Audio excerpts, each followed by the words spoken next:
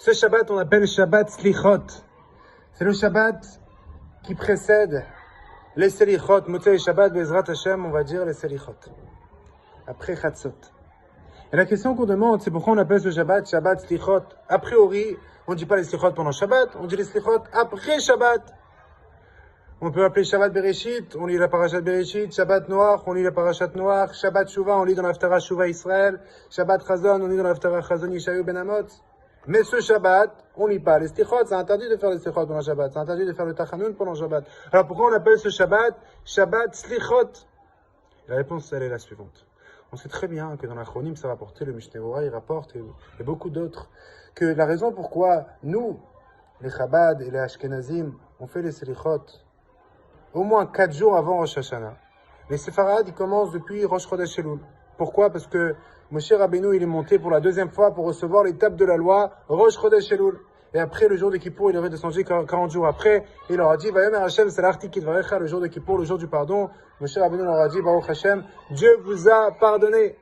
Mais, par rapport aux Selichot des Ashkenazim, on fait 4 jours avant. Au moins.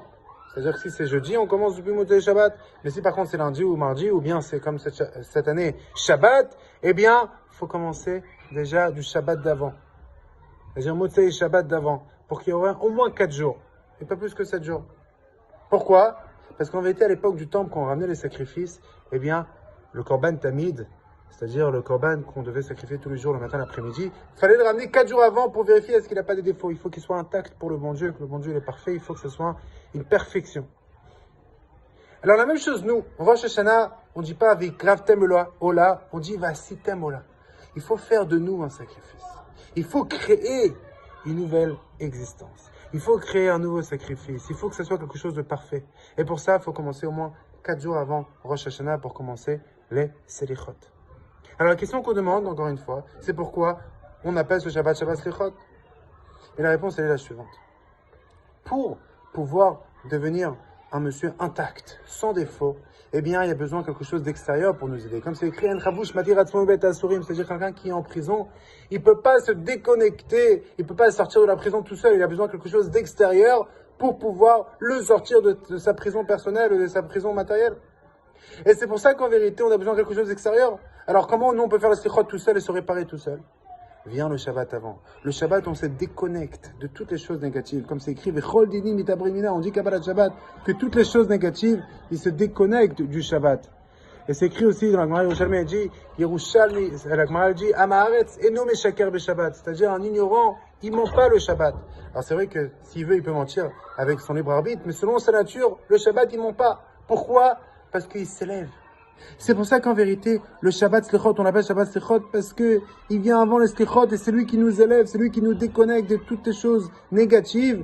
Et comme c'est quelque chose d'extérieur, à travers là, à ce moment-là, on pourrait venir et faire les Slichot, le Motzei Shabbat. C'est pour ça qu'on fait pas les Slichot dimanche matin. On fait Motzei Menucha. On appelle ça Menucha, une tranquillité. Après qu'on vient de la tranquillité de Shabbat, on peut arriver au Slichot, Motzei Shabbat, directement avec l'impact de quelque chose qui est extérieur, qui s'appelle le Shabbat, qui nous élève. À ce moment-là, on peut arriver à faire les Slichot, pour arriver intact et pur, et qu'on sera déjà, comme on dit, à Tem Nitzavim Hayom Kulchem. Ce Shabbat, c'est Nitzavim. Et tous les années, on lit la parasha de Nitzavim avant Rosh Hashanah. Pourquoi? Parce que c'est rapporté qu'Hayom, Atem Nitzavim Hayom, ça fait référence du grand jour, le jour de Rosh Hashanah. Que tout le peuple juif, que ce soit en Israël, que ce soit en dehors d'Israël, on fait tous 2 jours de Rosh Hashanah. On est tous ensemble, on est tous au même niveau devant le bon Dieu pour ramener la royauté du bon Dieu ici-bas.